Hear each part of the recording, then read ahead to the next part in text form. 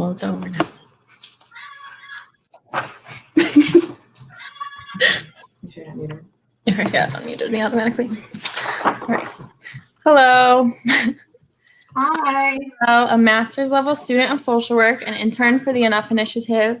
Today we'll discuss the legal system, the court system in specific, and its impact on survivors of domestic violence. The legal system, from police to court systems to prison systems, as well as the power and influence of abusers, often continues to re-victimize survivors of domestic violence.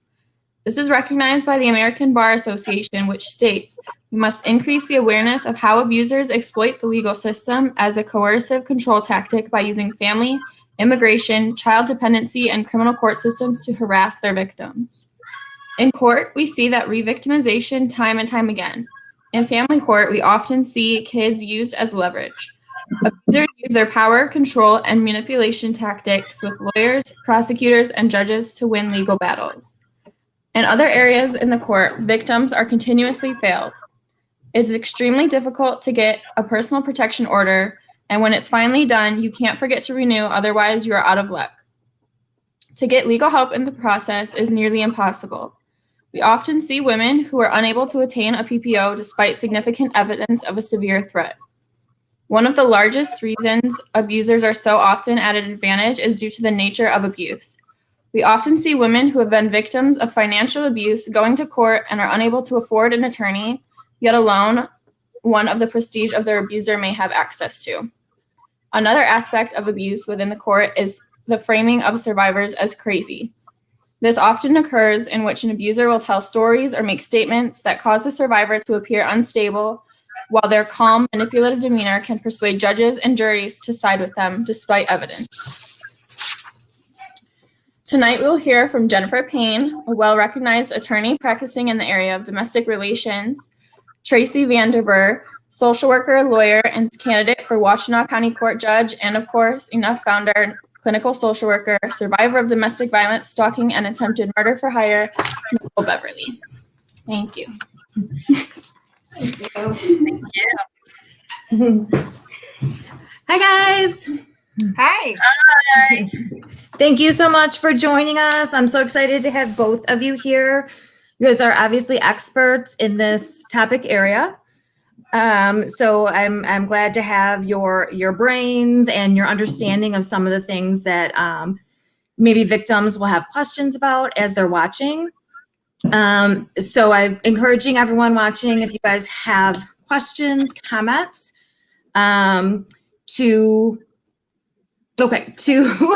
was just reading the private chat. I'm like, wait a second, we're good. We're good, yes. So if victims, people watching want to ask questions, make comments, please do that. And then we can address them as we go through this live tonight. Welcome to ask questions as we go. So one of the first things, and just kind of jumping in, I wanted to get a little bit of background and what made you interested in family law, because a lot of people are not interested in family law at all. So Jennifer, can we start with you? Sure. So, hi, good evening, and thank you for inviting me. I think this is a wonderful project that you're doing, and I'm really honored that you asked me to be a participant. And thank you, Tracy, too. So I tell everyone I wanted to be a family law lawyer since I was a kid. I was exposed to it as a kid, and I was interested in it as a kid. When I was a teenager, I clerked for some lawyers, and that got me even more interested in it. And that's because I like being a lawyer, but I like helping people as well. And that's really what family law is about. You have to have a high tolerance level for problems and problematic people in the court system, which we're going to talk about later. But for me, it's been a personal drive of mine since I was a little kid, like literally 5. I went through college and law school and took several classes in both family law, domestic violence, and related topics, and have been doing this as a licensed attorney for almost over 13 years now. There's not a day that goes by that I'm not grateful for my job or the people that I work for, and it's just my calling. It's what I want to do and what I will do for the rest of my life. And Jennifer, I just want to piggyback because I learned about you from a mutual friend, Bill, Yes. who's also an attorney. But then in the meantime, talking to so many victims, they're like, oh, she's my attorney. She's my attorney. And then other people looking, for a really good attorney, you are definitely at that very top of the list in terms of understanding domestic violence victims and, the trauma and all of those issues that go along with being a victim and survivor. So I'm honored to finally have a conversation with you finally, because we know a lot of common people. All right, Tracy, are you ready to answer that same question? What made you interested? Sure. So really, it was just a natural segue for me. As an attorney, I worked with survivors of sexual assault when I covered the emergency room in one of my first jobs working in a hospital. I was the person they called to, the emergency room when somebody came in who had been a victim of domestic violence or sexual assault. And I also covered child abuse cases. I have to say, when I first got out of law school, I was feeling a little burnt out, just, because it just, every one of these cases just, I guess you develop a thick skin, but you don't want to develop too thick of a skin that you're not right there with your clients and not feeling with them. Like, just watching that video, I was like, it's not going to be a good look if I start crying at the beginning of the interview. Just, these cases and the pain of survivors is really difficult, and they're so strong, which is what really keeps me in family law, is what I love about it so much. But my first real large family law case was in 2008 when I was at Legal Services of South Central Michigan. And in that case, although there was no physical abuse, there was significant emotional abuse. The couple had separated, and it was a situation where the perpetrator continued to try to abuse my client through the court system. And this time it was false allegations of child abuse. My client had done nothing. And the judge just took him at his word, changed custody by an ex parte order, which means basically no notice to her. We went to a 4-day trial. At the end of the trial, the judge said, well, I don't think anything happened. There was no abuse, but I'm just going to change custody, just for really no reason. It was absolutely devastating. She was a primary custodian. The child was moved several hours away, ripped out of school in the middle of a school year. And I just thought to myself, to make a long story short, I was able to get this child back and have the decision vacated at the Court of Appeals. But that was my first experience, and the injustice to me that I saw in family court, and the pain and the frankly poor decision making was really what has driven me to run for judge, and what, aside for helping people and helping kids and families, has really kept me in family law. I've always, and I don't know, Jennifer, you've heard, about this, but I'm sure you heard other lawyers oh, that's not real law, that's social work, right? Mm-hmm. And I just, it makes me sick, honestly. These are people's lives. I am just shocked how little judges, despite all the trainings they go to, despite the seminars, they're still not getting it. And survivors are still being dragged through the system. And so, that's really what's protecting vulnerable individuals has been what my career has been about in numerous ways. And that's really what's drawn me to family law. And it's a good use of both of my backgrounds in law and as a clinical social worker. So I have a passion for it, and I really love doing it. So. And I know, it's unusual, but I do think it's a huge benefit for you having that social work background. And then doing the law background, in terms of you, really having even broader understanding of what victims are going through. So that's pretty amazing. We're getting a lot of people. Hi, everybody. We're getting lots of comments, people watching, which is awesome. Amanda saying we need more people like you. Angie had said, thank you for hearing victims and understanding.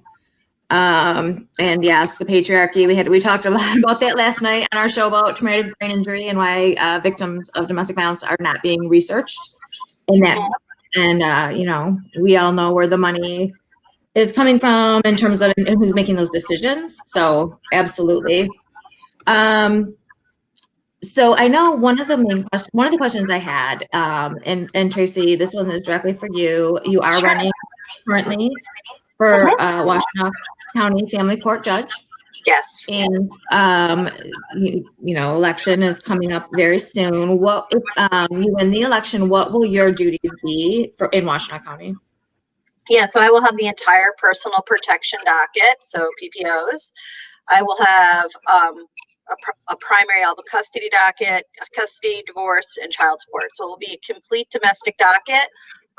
Because I'll have all the PPOs, custody, some of the other domestic motions, parenting time, some that will be split simply because last year in Washtenaw County, 52% of all the filings in Washtenaw County Circuit Court were domestic cases. Wow. So, 51, you said? 52. 52, wow. Every case that came in was a family law case.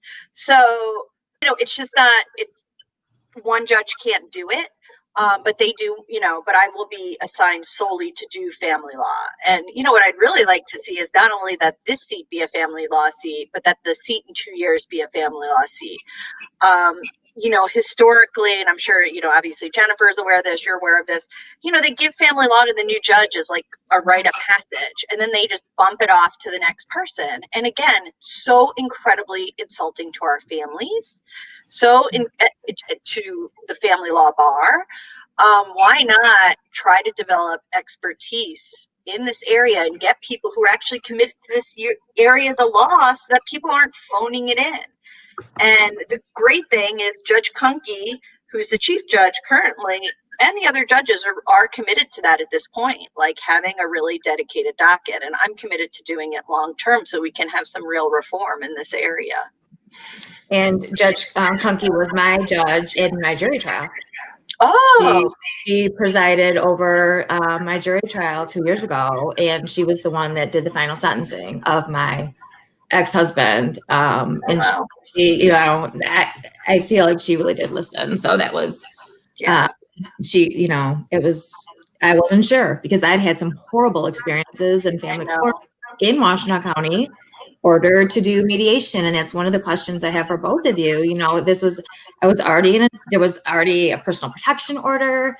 There were already charges against my ex-husband, and we were still ordered to mediation. And you know, all the research tells us that that is dangerous for victims of domestic violence. Why do you think, and I know this is a difficult and really broad question, but why do you think so many judges are not aware of, you know, the fact that they would actually be putting, or are they aware and they just don't care? I mean, what is the reason that we still have judges, you know, allowing, ordering mediation, allowing abusers to file motion after motion and drag the victim back into court over and over again? Is it a lack of education, knowledge?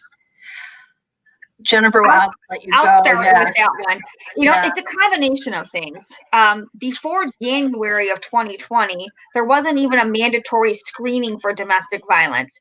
As of January of this year, there is mandatory screening for domestic violence in a form that's filed with the court, as well as a mandatory screening before mediation begins. The problem is it's all self-reported. Okay, so a victim who's filing a court form is not necessarily going to fully disclose the nature and type of abuse or the frequency of it, even in those forms, but at least it's a step in the right direction. But that's brand new. It has not even been in effect as a core policy for a year. I agree with Tracy. Unfortunately, family law is seen as kind of the little law, you know, easy law, when really it's the opposite. If you think about it, we are dealing with the breakdown of a family, we are dealing with the intersection of all kinds of law: criminal court, PPO court, landlord tenant, mortgages, health insurance, businesses. We've got psychological issues. It's all of those things coming together. And when you have courts that don't treat it seriously because it's the easy law, or it's a brand new judge, that often magnifies the problem, because unfortunately not all judges take domestic violence classes. It's not a mandatory part of judge school, although it should be. And so if you're not aware of the nuance, even basic things like abusers are master manipulators, the three of us know that. They come across cool, calm, and collected in court because that's how they get by in life. Judges who aren't aware of that and haven't had training in that, just it goes right over their head. And that's one of the jobs that we, Tracy and I, have as attorneys, is to highlight that in court. Mediation is a horrible idea when you have a domestic violence situation, but there's not enough judges willing to just say no mediation, because they have an incentive to clear their docket, get cases to settle, even if it's not appropriate for a case. And to be candid with you, my personal experience is when I tell a judge we cannot go to mediation because this is a domestic violence case, I often get pushback. I will push back harder for my client, but that is often because you're bucking the trend. And if you don't have an attorney who's skilled enough to say no, judge, then you're often creating more of a problem.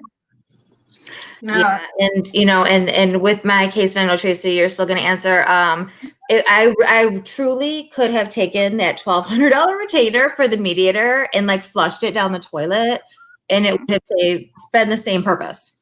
Because of course, my ex, you know, I wouldn't even say I could use a toilet paper, because my ex refused. He refused to cooperate. He refused to answer the questions, and it basically was a complete and total waste of money. But it was a game.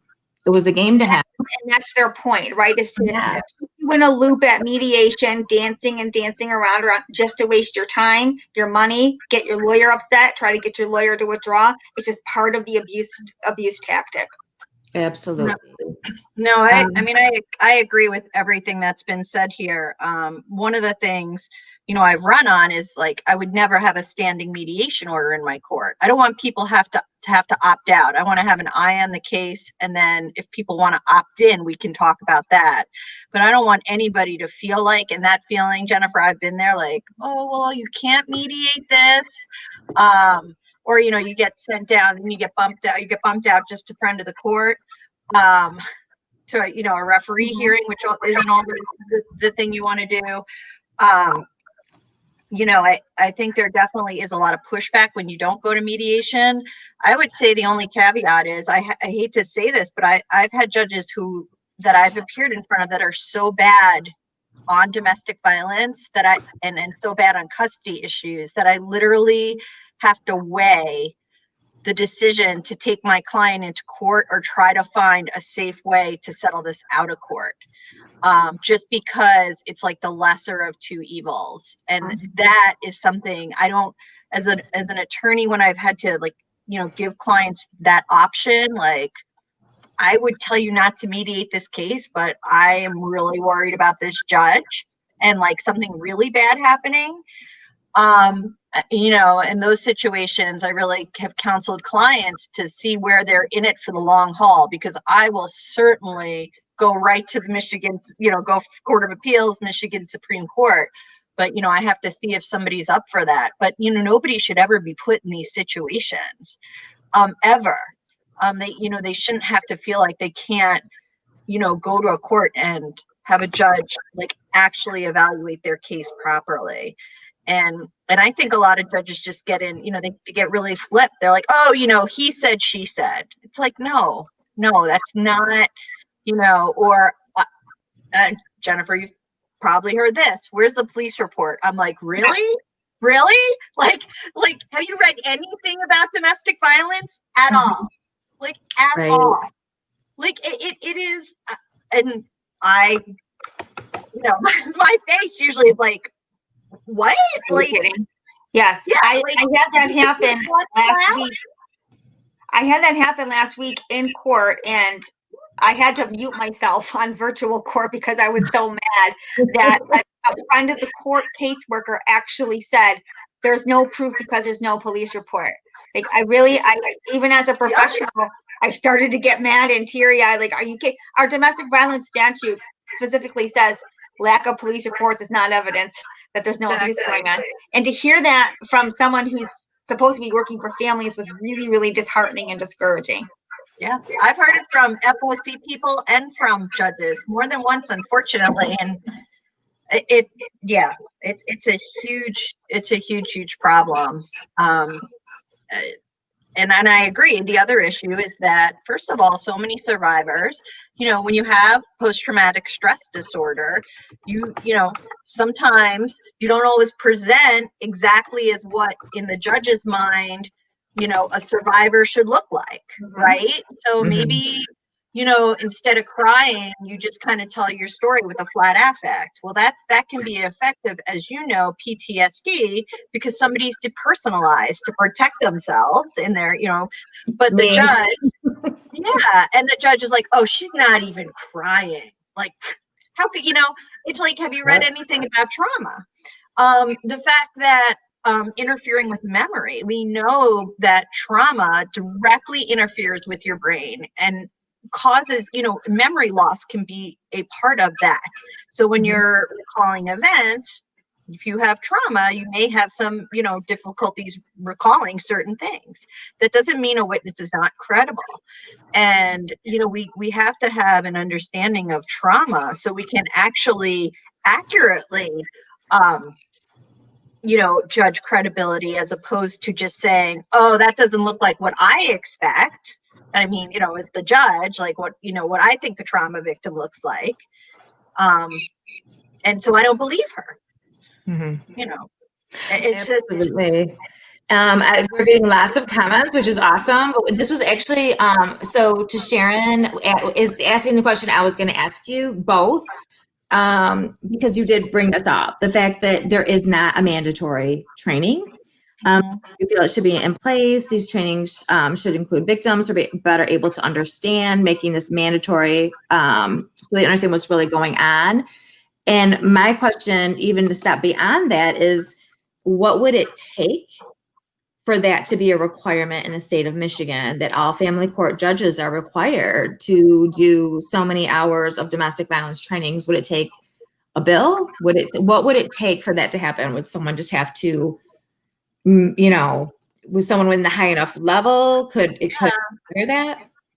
I think the Supreme Court could order it in some sort of court rule for sure, or, some sort of administrative order. I mean, so you're required, I'm a domestic mediator, and you're required to take, it's not a ton, but at least 8 hours of, of domestic violence training. And this is another thing, I don't know if Jennifer, you experience this, but domestic mediators are supposed to do a pretty significant domestic violence screening before they undertake mediation, and in my experience that's not really happening.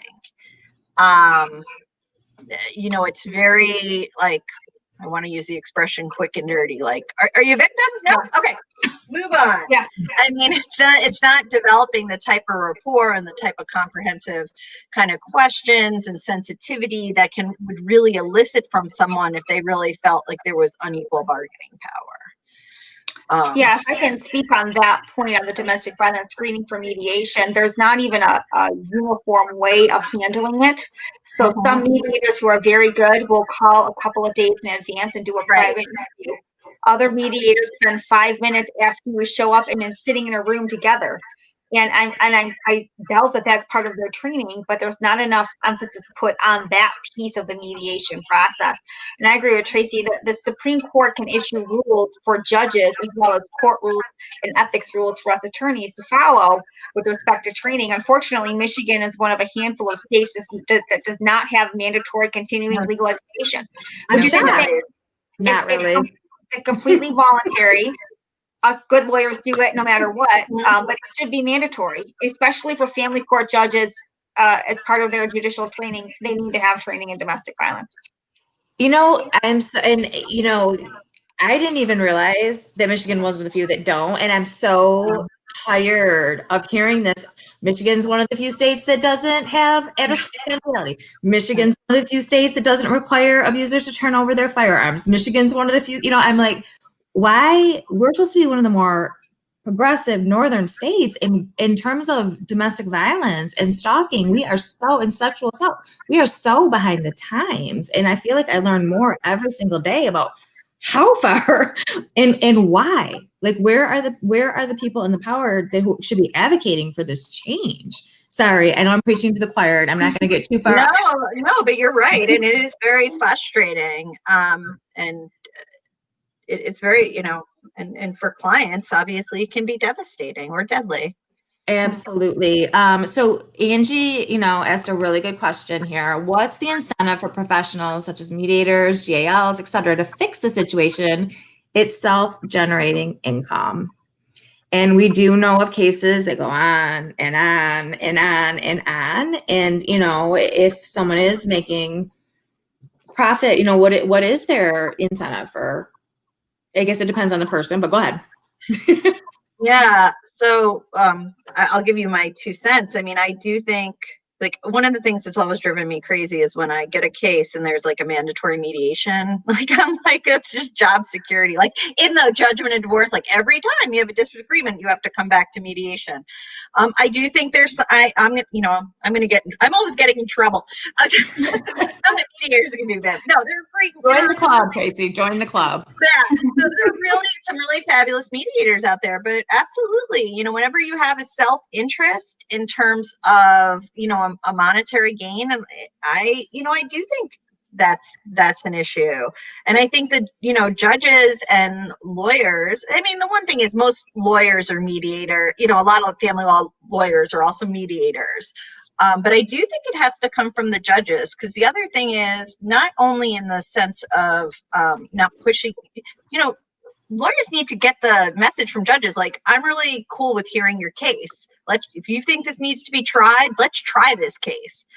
So that they feel comfortable too. I think that would, if people, thought that they weren't going to be punished for litigating, that might help. But there is a self-interest, and it's really on the lawyers for people who actually have representation, because some people go to mediation without lawyers, and those are the people I really worry about. Mm-hmm.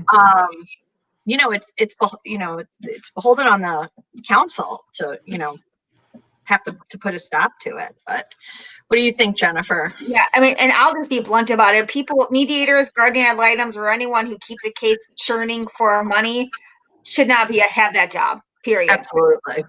Bad way to run a practice, and that's not what we should be doing ethically. As a family law attorney, my job is to protect my client, get my client in best position forward, and hopefully never hear from the client again except pictures for school day and holiday cards.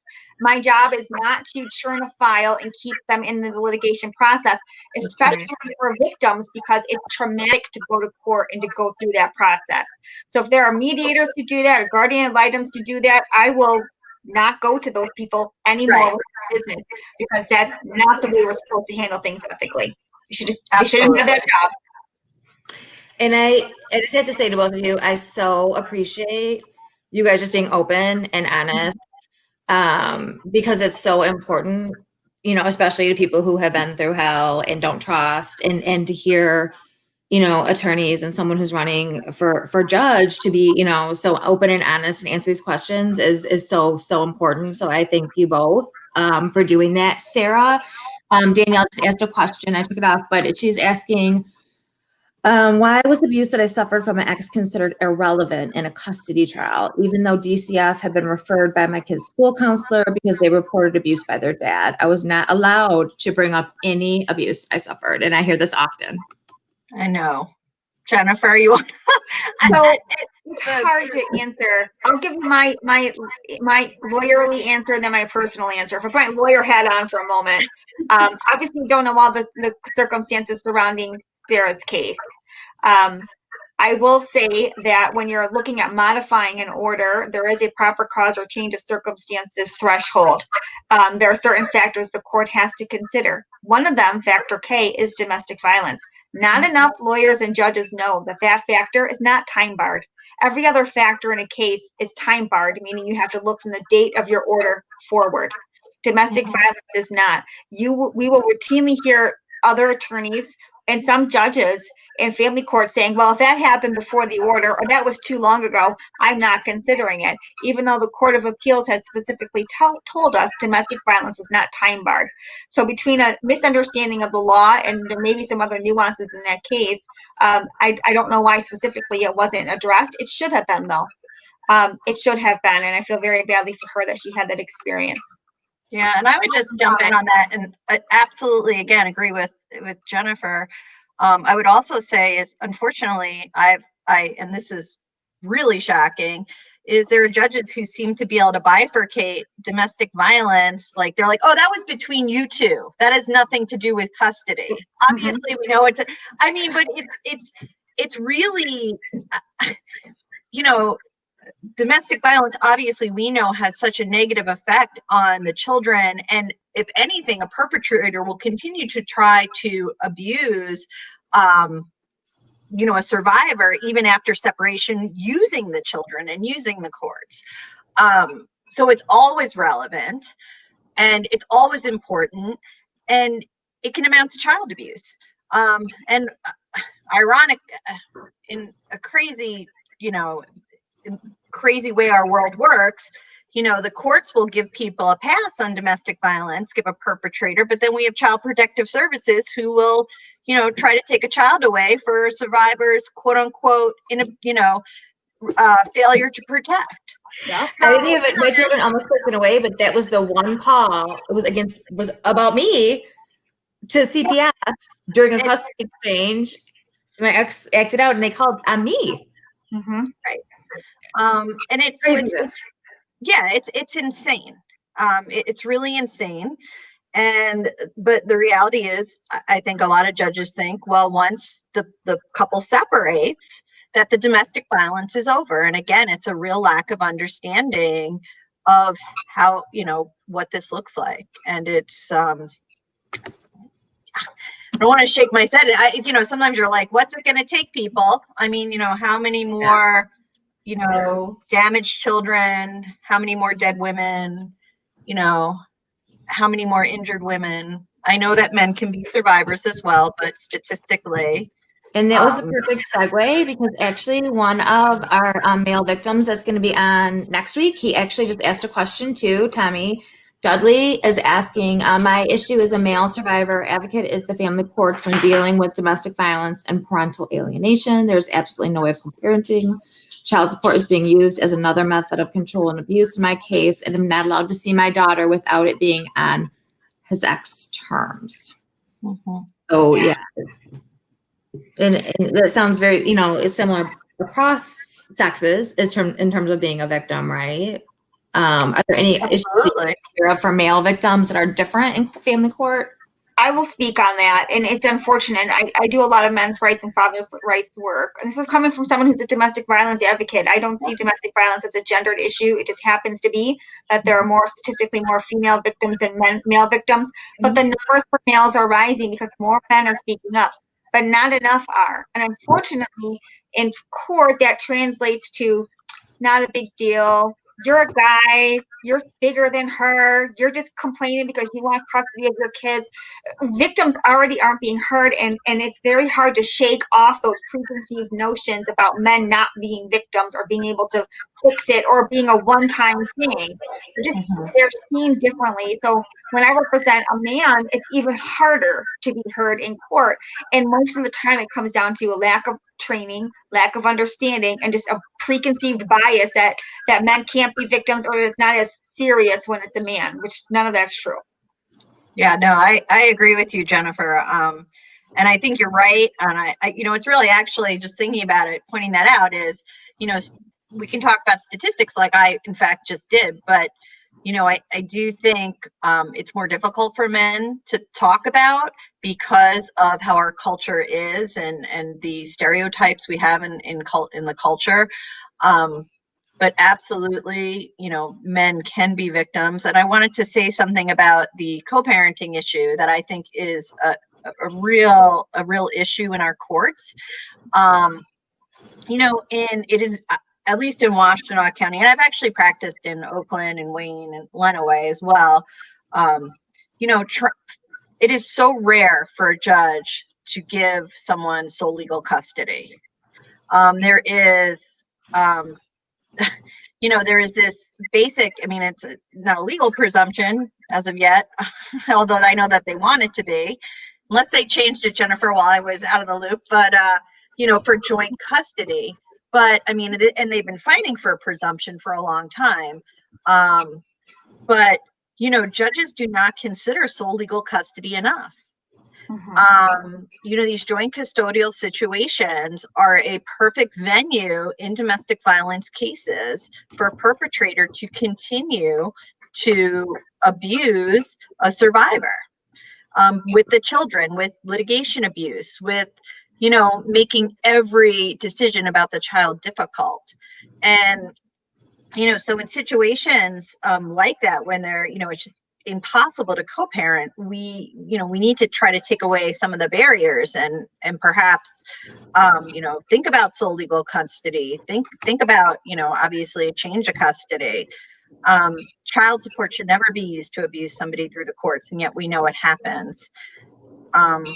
So those are real issues, and there are also tools at judges' disposal that they don't use enough, in my opinion. I am not a punitive person, and I'm a very holistic person who believes in getting people services and lifting families up, but boundaries are also very important. And if someone is using the courts inappropriately in an abusive process, sanctions are appropriate in those cases. And shifting attorney's fees are appropriate. And also, when one person can afford, takes all the money and financial control and hires a high-powered lawyer, there's no reason we can't shift attorney's fees right from the very beginning, so that the other partner can have a competent legal representation as well, rather than having to show up and self-represent against somebody who has abused them. So a little bit I don't know what your experience has been, Jennifer, but my experience has been it is really hard to get judges to kind of sanction, to award attorney's fees. It's not that I've never gotten it, or sole legal custody. It is hard. The Child Custody Act in Michigan requires a court to award joint legal custody unless you can prove by clear and convincing evidence that it's not in the child's best interest. The operative word there is evidence, which means court hearing, which means paying lawyers, being heard, testifying, being able to testify, and being able to afford all those things.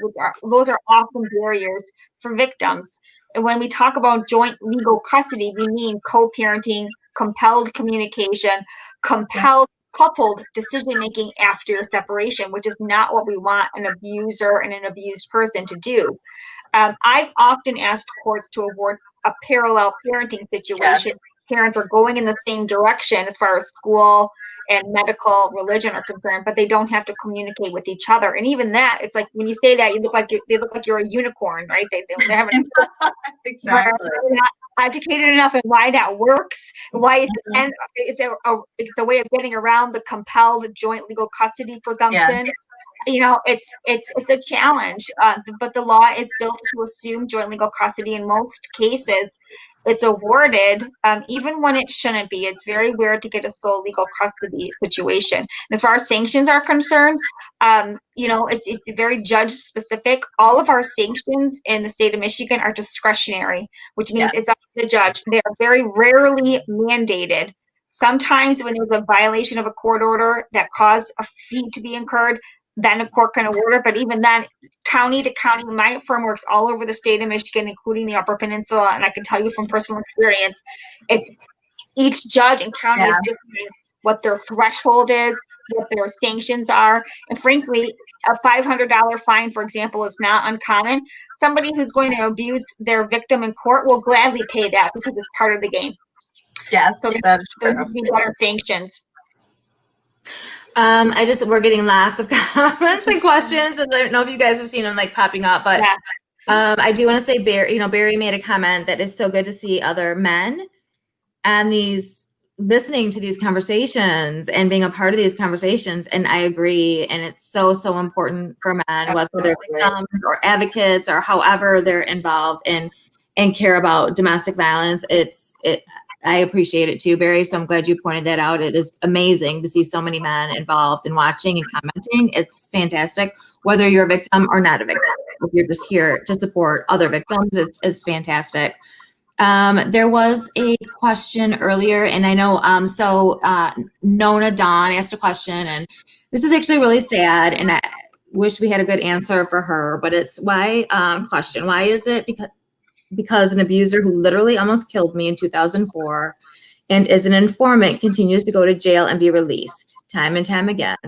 He's been on the news 2+ times for gun charges, high-speed chases with police. He's a convicted felon who should not even be near a gun, yet still goes to jail and is released, which is what we see time and time again, unfortunately, with domestic violence cases and them being pled down. But so the justice system has failed her. And Nona, I'm really sorry to hear that. And that's like a very tough question, I know, for anyone to answer. But if you guys have any comments for her. I mean, the reality is that, and it's interesting because I'm in favor of criminal justice reform, except I think a lot of times I do think we have to treat domestic violence differently. Like sometimes the things that really go along with criminal justice reform are antithetical to domestic violence cases just because of the dynamics and the risk. And in Michigan, domestic violence, until you get to a habitual, so like a third, is a misdemeanor. It's a relatively light charge. Now, obviously, depending on the severity of the injuries, which is kind of scary because then we have to talk about we have to get to that point. But until somebody's really, really injured, it's just not a very serious charge. It just in terms of the time, not in terms of obviously what I believe. So I think we need better risk assessment tools with domestic violence perpetrators. The officers are being trained right now in Washtenaw County. Yeah. This copy of the today. Someone sent me a copy of it. I was very excited to see that. Yeah, that's 3 years, but we did it. It's huge. I mean, we have to do a better job at assessing risk, and protecting victims in these cases. But it's, there's a lot of prosecutor discretion. There's a lot of discretion there. And again, I think it goes back to everything we've been talking about tonight, though, is that people don't take this seriously. They don't take it seriously until there is a tragedy that hits the front page, and then everybody goes, "Oh my God, that's so." It's like happened. We never saw this coming. This never happens in our neighborhood. It happens everywhere. Exactly. Mm-hmm. Yeah. So, I'm going to put this on public record right now, and I have asked them this question. I'm hoping they'll do an actual press release and share this great news that Washtenaw County is stepping up and doing this training. Right. I haven't heard yet if there is going to be a press conference, but we've literally been working on this for 3 years, and victims and they need to hear that Washtenaw County Sheriff's Department cares and that they're doing this initiative and they're starting lethality assessment. So I'm hoping Washtenaw County, if anyone is watching there, to please. Yeah. This is huge. Talk about this in the media, in the newspaper, on the news, so people understand what you're doing. It's amazing. Not everyone is doing this. Like, it's Domestic Violence Awareness Month. Take advantage of this and share this amazing news. And maybe other counties or maybe our state police will also begin doing this. So, okay, I'll get off my soapbox with that. It's really important. I mean, it's one of the things we can do to protect, another thing we can do to protect survivors. Yeah, and I would like to see more prosecutors have that risk assessment training and understand the nuances of domestic violence as well, because unfortunately in our state, as Tracy said, a lot of these, when someone's charged with a crime, it's often put at a misdemeanor or would qualify for a deferred sentencing, which means think of it as a one-time free pass. You do your 6 months of counseling and your case is dismissed. Counseling doesn't fix domestic violence, right? But a good defense attorney will plea a charge down. A prosecutor might go with that because it's easy, or prosecutor doesn't understand the nuances there. And I wish that more domestic violence criminal charges, didn't qualify for that kind of treatment, because it doesn't solve anything. It really is like a one-time free pass for abusers. And I've seen with so many victims, you know, it's the 6th offense and it's pled down to a 2nd, so it stays a misdemeanor and doesn't go to a felony. Exactly.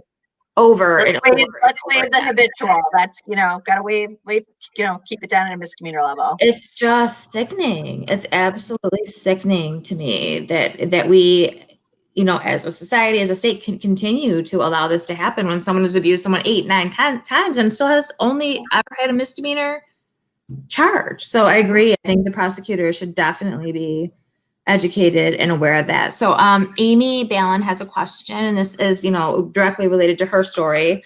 If a person is falsely arrested, as she was, because her abuser was very slick and actually stabbed himself, police didn't do, you know, a real thorough investigation and arrested her, but the victim is found innocent. Shouldn't the true predator automatically be arrested if the state concurs the wrongful charge victim is innocent? That's a very big question. What are your thoughts?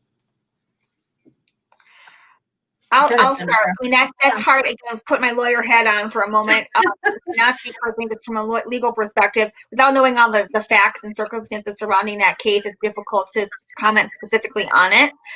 Taking my lawyer hat off, personally, I agree with you. Someone needs to be held accountable if there's been a wrongful charge or a misuse of a police report or using police in the court to further abuse a victim.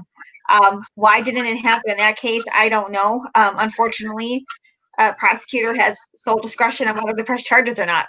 So, and that could be a part of the situation. There could be a proof problem, could have been part of a plea deal. We won't know all the specifics, but it's not uncommon that things like that happen. And I feel very badly for her that did happen to her.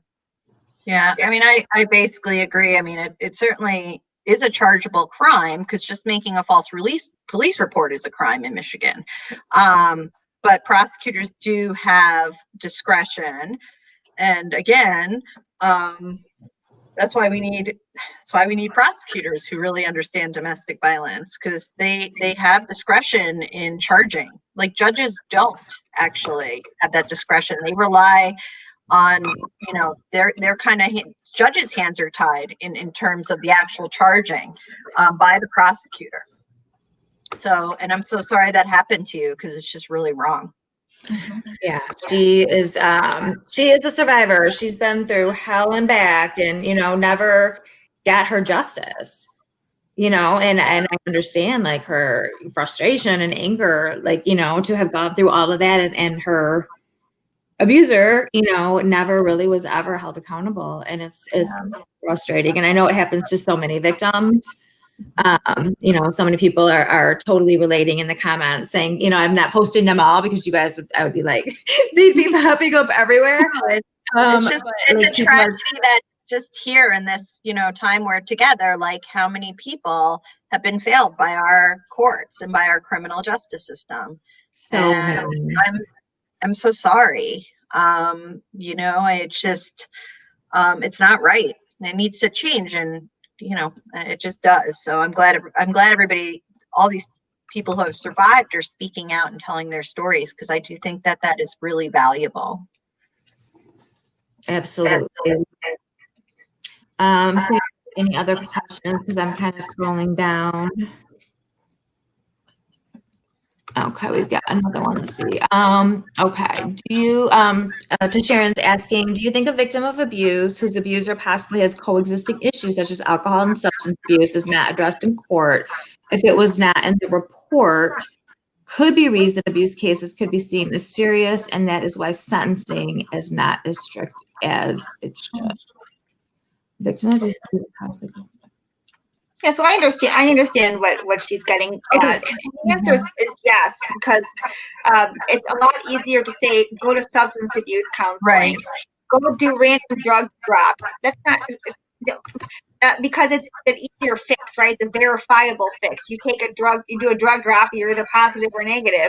And those are very common ways of focusing on a problem, right? Because our judges are trained in that. We have more experience in that, more exposure to those things, as opposed to the domestic violence undercurrent, which is often harder to treat for a couple of reasons. It doesn't get picked up on court because, again, abusers are master manipulators. They can say, pity me, I'm an addict, please help me, as opposed to, I'm a drug addict, but I'm also an abuser, right? And as I said earlier, counseling doesn't fix the problem. Therapists, I mean, I love therapists, don't get me wrong, but it's about being held accountable and purposely changing your mindset. So it's not unusual to see abusers go through some kind of course of counseling, and drug counseling, or substance abuse counseling, without getting at the heart of the issue, which is batterer intervention. Yep. And at that level. And mine asked for that every time. It's can I just go to a substance abuse treatment instead? Like, so yeah, I totally get what you're saying. And he did for a while get away with that, because he was very good manipulators who would show up with his attorney and his $800 suit. And, you know, it took a while for the court to really catch on to what was happening. But you're right. Yeah. He, like, the substance abuse for a while was, okay, well, if we treat that, like, somehow it's going to miraculously make the abuse stop, which no, it's not at all true. You just become a sober abuser. That's all that is. That's right. I chuckled in a way, but I chuckled when I saw Melissa's comment, because I actually just love it. Bad people hate boundaries. Yeah. You know, I like that. So, I think boundaries are something that perpetrators do not like, obviously, and they're going to push back any way they can. And Tommy's saying he wished he would have been in court with you too. I would be allowed to see my daughter not be robbed of all my wages by Washington State and my ex-abusive narcissistic wife. And Tommy, like, we wish so sorry we could, like, replicate these two humans right now, clone them, and put them all over the United States. Because I agree, like, they get it. Thank you, Tommy. More people who Thank you. do.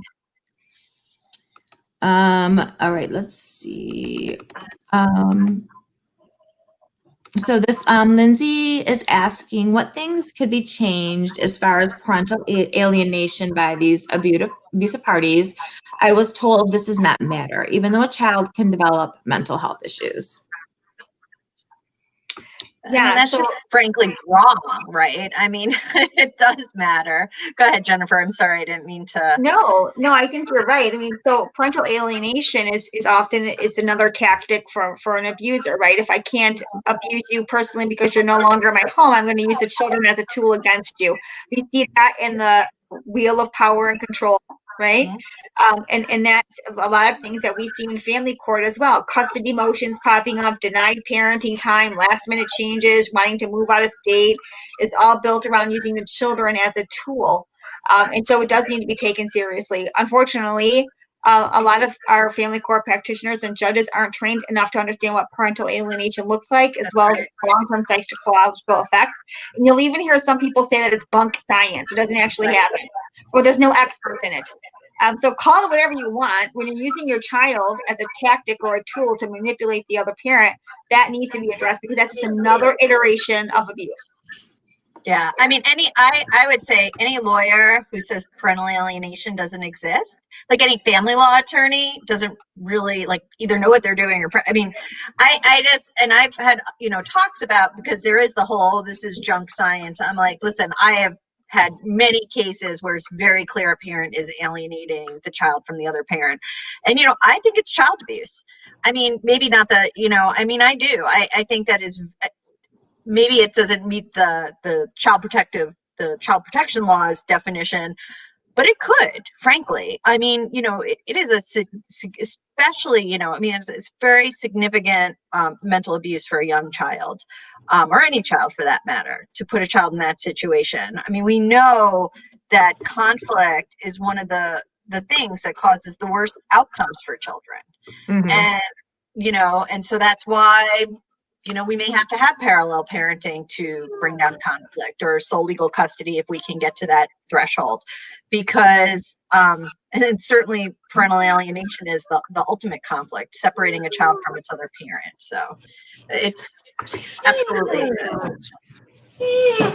Sorry, my highly anxious dog that most people already know, Sapphire, is having her anxiety. So, take care of her. That's what the weird noises are happening at my house. It's just her.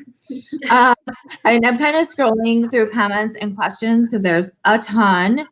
And I'm going to go back up because I did see a question that Midori Denise asked. Okay. So it's kind of like a comment / question. In fact, what assessment tools are being used, period? My mother disappeared because of a volatile relationship with a drug dealer in MS, and she was never reported as a missing person. Wow. I'm so sorry to hear that. I mean, and again, like, it's so hard to hear these stories, but we need to, because so many people are experiencing this. There is not a standard risk assessment tool that's used from entity to entity. So Child Protective Services has their own risk assessment tool, which is very detailed, actually. The mediators, our new rule as of January, we just came out with the domestic violence screening, but literally the form is 4 questions, and it says, is there domestic violence in your home? Have you been a victim of domestic violence? Well, what the heck does that mean, right? That's like so piddly as far as screening is concerned.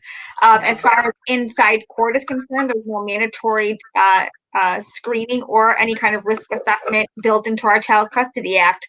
So not only is it not mandatory for many entities, but even when it is, it's loosey-goosey as far as what has to be asked, when it has to be asked, and what we actually look at, unfortunately. And that needs to change. Absolutely. I'm glad to hear. I know it's only 4 questions, but still, like, I didn't even realize that changed in January. So that's really good information for people to have. It's a step in the right direction, but it's a little tiny step, and we need to keep pushing it forward and be more nuanced in that. Absolutely. Kelly just asked a question. When an abuser is able to gain primary physical custody due to manipulation of the system in front of the court, is it possible to get your kids back? So I can speak to that in terms of in Michigan, it's hard, right? Because so you'd obviously have to, prove the abuse, because as Jennifer mentioned earlier, in Michigan, in order to revisit a custody order, you have to have proper cause or change of circumstances, and it has to be a significant issue, affecting the child's life. Now, if you've already had if you've been in front of a judge, and most people stay with the same judge who basically didn't believe the abuse in the first place, this is what sets up huge barriers for survivors. And the longer the situation, the child is in the primary custody of the other person, the longer that established custodial environment is in place, the harder it is to change. That said, domestic violence and parental alienation and those sorts of things should rise to the level of proper cause to revisit a custody order, in my opinion. But it's still not an easy road. I don't know, Yeah. Jennifer can comment on that. Whether domestic violence or parental alienation do rise to that level depends on the county and the judge. And each county is very different on how they see that, because our Child Custody Act and the case law from the Supreme Court and the Court of Appeals that fall from that really do encourage courts to very rarely change custody orders absent substantial change of circumstances or a proper cause that's usually negative and harmful for a child. What parent is going to want to sit by and say, well, I hope something bad happens to you so I can come back to court, right? So the law is kind of stacked against parents already. And then you have to convince a judge that these two things that are not they're not well educated on or don't treat it seriously enough rise to that level, which is why hiring an attorney who can articulate that, explain it, provide relevant case law is all the more important to you if you're going down the path of trying to change an order, as Kelly is. Absolutely. The good thing about proper cause is sometimes if you happen to be successful the first time around, it can be a barrier to an abuser coming back and keep trying to get custody. You can boot those cases out of court. But, that's why it's so important that initial custody decision that you enter into, that you try to get everything that you need when you can out of that initial custody determination, because it really set the stage for the rest of your custody case. Yeah, it took for me to finally not have to get supervised visits ordered. It took my ex-husband assaulting my son, and telling him if he told that he was going to come to my house with brass knuckles and a baseball bat and make my face looked like raw hamburger meat, and my son was able to finally tell me after multiple days of holding it, it broke down, and was able to, you know, share that information with the police, and they still did not make a protective service report about that, but made a report against me during a custody exchange. But at least that finally required supervised visits, which, as in with many abusers, he refused to do because no one's going to watch him interact with his kids, right? And you don't see the kids. Kind of the beginning right? of the end of shared custody, thank God. But yeah. Diane has a question. Can you be charged with abandonment for leaving your child with the abusive parent if they have physical custody, if that's the only way to get on your feet? That's a hard question to answer. So there is such a thing as abandonment in Michigan law. Technically, abandonment requires a 2 or more year period of time where you're not seeing your children or supporting them. I don't think that's specifically what's being asked here, though. Here's the problem. As Tracy indicated, if you leave your child with an abuser, Child Protective Services can open a case for you failing to protect your child. Even if you have to make the difficult decision of leaving your home or leaving your child with that person so that you can get to a safe place to ultimately provide for your child. And it puts victims in a very precarious position because they have to decide for their safety and ability to protect their child in the long run, or staying with the abuser to protect the abuser there so they don't get an open CPS case against them, which sometimes can translate into a criminal court case as well. So whenever we are faced with that kind of decision, obviously we want to have a long talk with our client about what our safety plan is, what we're going to do, what kind of custody order we're going to open immediately, what other legal options we have before we make the decision to just leave the home, because those things can happen and they are often they're not, obviously they're not good, but they can also affect your case in the long run too if you don't have a plan set up or any court orders in place before you make the decision to leave. Yeah, and I would also add that, and I want to tell you very clearly that this is not something that I believe, but I have had clients who've come to me and have made that type of decision.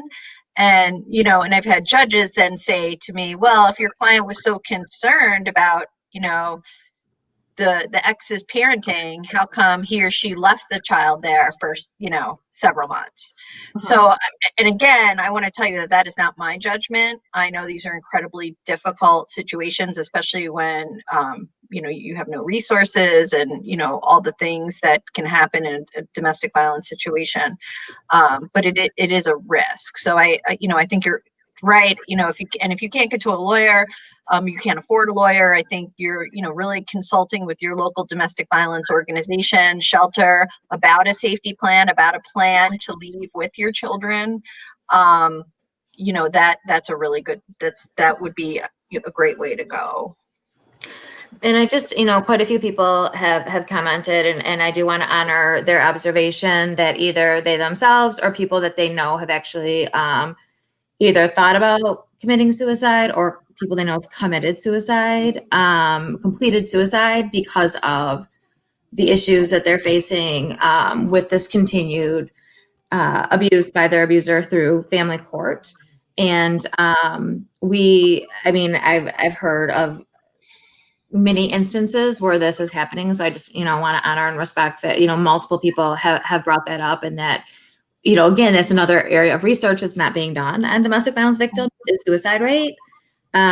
Those of us in the field who really are looking at the big picture estimate that it is very high.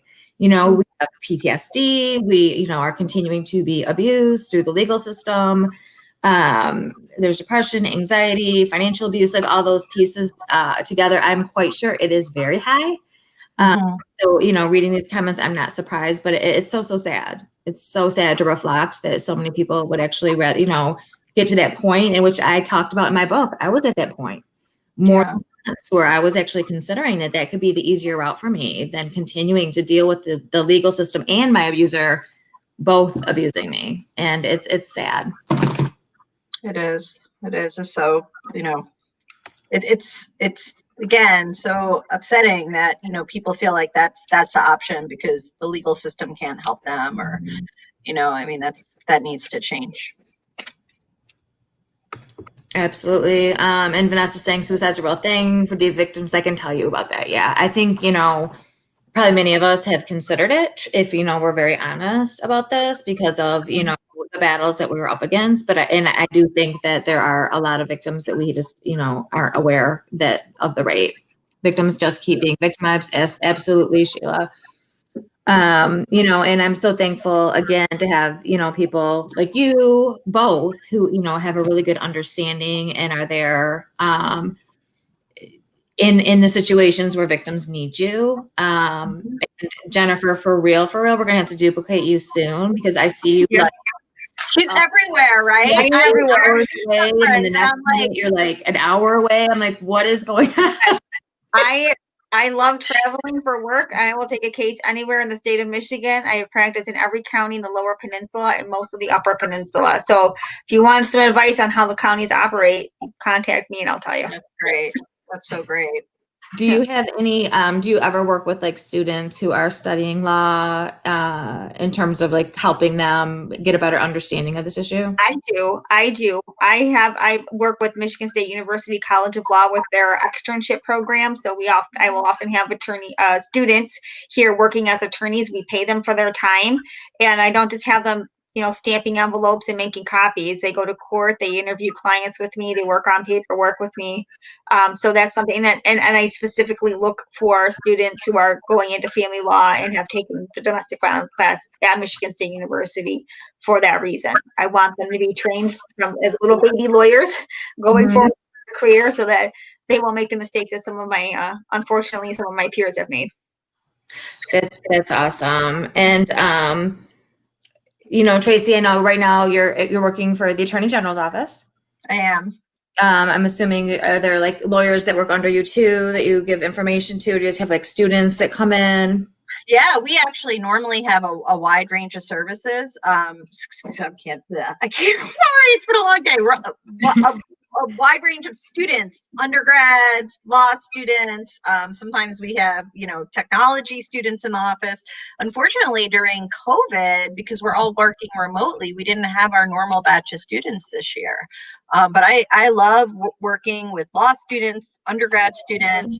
A lot of my work now is focused on the child welfare system, which is a whole nother, which there is a significant amount of overlap, and the foster care system, as opposed to doing divorce and custody work currently. But we're always thrilled to have students. So hopefully and I will tell you, if I'm successful in my election, I'm really looking forward to having students and also having, setting up a domestic violence working group for my court where we're meeting monthly to make sure I'm getting it right. And I'm on the cutting edge because things change. And, one of the reasons I became a lawyer is because I love learning and I just feel like I'm always trying to improve. And, I really think a working group, like focusing on this issue and what we can be doing better, like best practices that can be, disseminated eventually throughout the state of Michigan. That's something I'd really love to see happen. So you guys might be getting a call from me. That would be amazing. Yeah, please. We have more people just saying that you guys are amazing and they wish, you guys had been involved in their cases. Sheila said if she was in Michigan, people, thank you. But there are a lot of people here in Michigan and in Ottawa County who are watching, I'm quite sure. Tanisha saying, Tanisha. And to Sharon said, working groups should be done statewide. Absolutely. And I think it was Arian Slay that was telling me that it was being done someone told me it was being done in Oakland County for quite a while with good effectiveness. And then it kind of we had one in Washington. So we had one in Washington about 10 years ago, and then it just went away. And the other thing that we don't have is, we have a domestic violence court in Washington, and there's absolutely no communication between the family court and the domestic violence court. And that seems like a no-brainer that we should know because there's so much overlap and nobody's talking to each other. So that's a huge issue.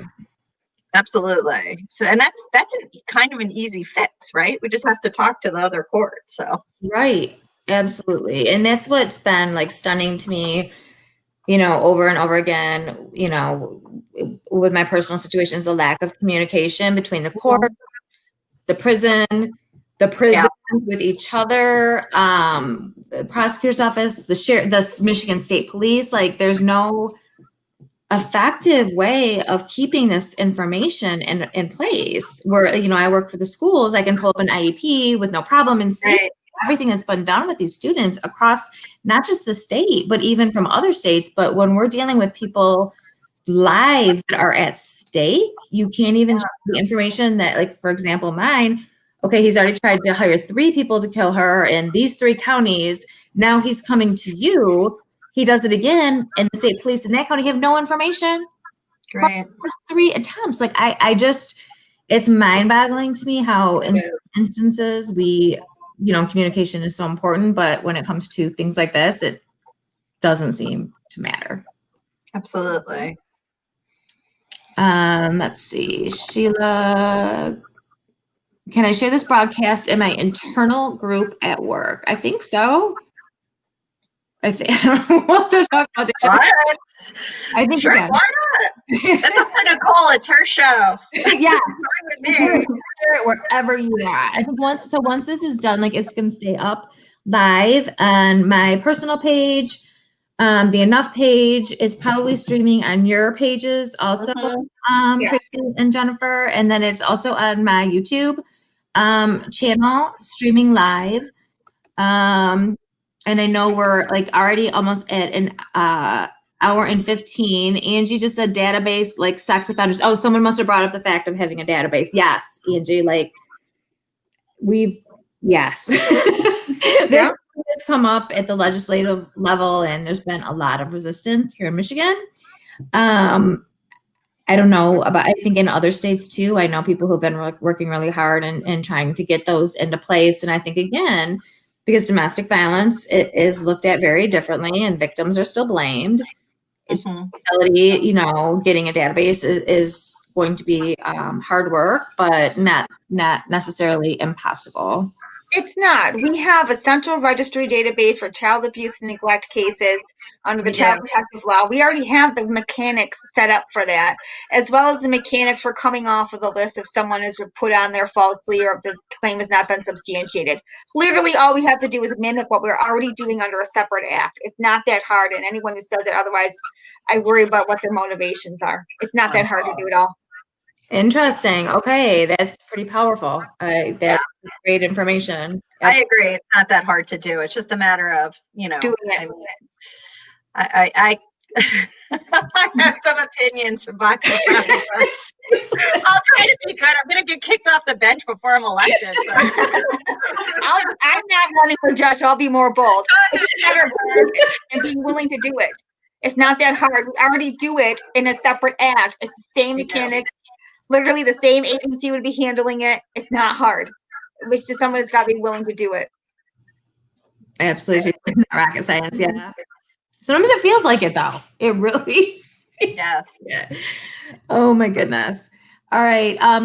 Thank you both for being here tonight. Thank you everyone for watching and commenting and asking questions. I knew this show would be really important, and that we'd have a lot of people watching, because so many victims are, continue to go through litigation abuse and through the family court system. And I do have a question. Personal protection orders.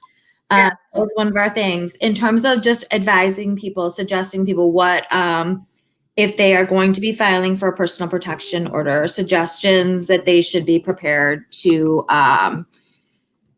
bring with them, information that they should have when they're filing.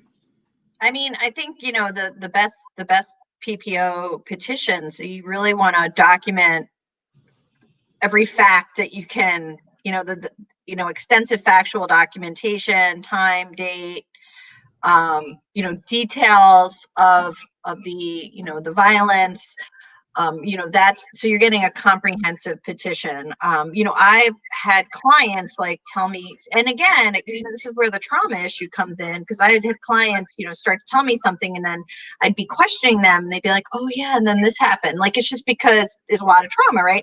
I'd be like, well, we can't, that's important. Like, we can't leave that out.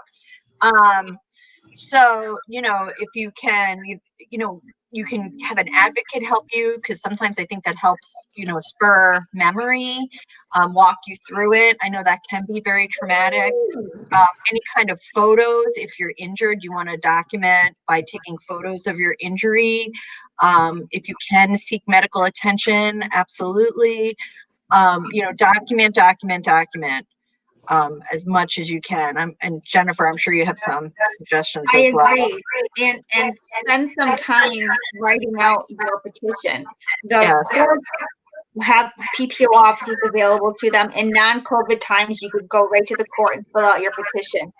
And in COVID times, you're going to fill it out online, but take your time with it, because as you write and reflect, you will remember more and more things that have happened. And you do want to give the court a clear picture of what's happening. You provide any attachments that you can, photographs, witness statements, whatever. Police reports, if you have them, although they're not mandatory, because that level of applying for PPO, it's ex parte, meaning it's without a hearing. Forget the rules of evidence. You put anything in there that you want. Exactly. Going over it, so you give the court a clear and accurate and very detailed picture of what's going on, as opposed to trying to rush through it, because when you rush through something, you're going to forget, and you start reliving the trauma, and that's going to force you to forget something. So spend some time on it. Courts.michigan.gov website has the forms right there. You can download them, write it, rewrite it, get an advocate at Haven, Eve, Voices of Color, whatever you need to help you with it, and spend some time, because often that PPO is going to be the catalyst to other things. So you want to make sure you do it well. Absolutely. Yeah, I got to the point where I always, tell victims to do this, is I had a notebook that was designated 100% to documenting stalking, harassment, my interactions with the police. It was like date, time, what happened, who witnessed what happened, was there any video or pictures, who was the responding officer, and get before they walk away. Which, it just started to become such a habit for me, because I've been let down over and over and over again. And I realized that that's where my power was, with documenting details and having that, so that when I did go to court, because as both of you have mentioned tonight, like, the trauma makes you forget, it's our brains. And then you're nervous in court if you don't get it ex parte, and you go, and even if you get an ex parte order, there's probably going to be set for hearing, right? So, then you're under stress. So you can refresh your recollection with notes in the court. Keeping powerful is really important. There's nothing, that's a really good advice. So and I've even given victims, cute little notebooks, because you're going to be carrying that thing with you everywhere, because you never know what's going to happen and when you're going to need to document. So it's unfortunate, but it was, for me, ultimately, in the end, life-saving. Because I had that documentation, I would never have made it as far with the case against my ex-husband. So I always, it was without a doubt one of the most important things I did. Absolutely. Okay. Well, thank you both so much. Thank you. Thank you. For watching. And, I know we have so much knowledge, even like with our, people watching. If anyone has any other resources that they want to post on here, or articles, information in the comments, that's great, because, we can go through them and get information. I think that I'm going to just put the website for MichiganLegalHelp.org. That is also a great resource for forms, because it has all the correct forms. It is a state bar approved website, and it will kind of points you to exactly what you need to do and gives you tips. And so that's another great resource if you're filling out your PPO forms. Awesome. Excellent. So Jennifer Paine, you travel all over Michigan. I do. Yes, my firm works all over the state. And I will also say, if you have any questions, if for you or your family members, call me, message me. I'm connected on Facebook. I don't charge people for consultations. In fact, in my firm, if we handle your domestic violence case for free, no matter whether you have no money or make a beautiful salary, your domestic violence matters are handled for free in my firm, no matter where it is in the state of Michigan. If I can't help you, I'm going to find someone who can. And if you're out of state, I'll find someone to help you there too. It's very important to me that victims understand that cost should not be a barrier to the court, and that there are attorneys, not just the two of us, there are others of us who exist who care about you and care about getting you resources and protections from the court as you need. And thank you for saying that, Jennifer. Appreciate it. You're not cloned yet, so we appreciate that you do have other great attorneys to refer people to. And then Tracy, tell us, so what if people in Washtenaw County are looking for you on that ballot, where are they going to find your name? Okay, so they will find me. I'm running for Washtenaw County Circuit Court. You will see me on the nonpartisan section of the ballot. So this is really important, not just for me, but for any judge you're going to vote for in the state of Michigan. If you vote straight ticket, you have not voted for a single judge. And as everyone on this call knows, judges are really, really important and the impact. So please, you're at home now, you can Google all of us and make a really educated choice and look for us on the nonpartisan section of your ballot. And that's really important because I know a lot of people do encourage people to vote by party. Mm-hmm. So they, in effect, if they did that, they would not have any say in who ends up being a judge. That's right. And we have Supreme Court justices, and they make decisions about domestic violence as well at the very high level, what kind of services and resources our court's going to have. So, definitely this issue is on the ballot this year.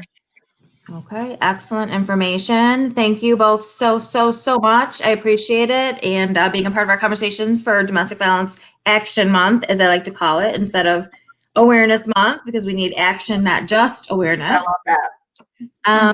Everybody, thank you for watching. I'm going to end the broadcast, and I want to guys to talk to you two for 1 minute before you leave. And Yeah. I will see you on Sunday. On Sunday.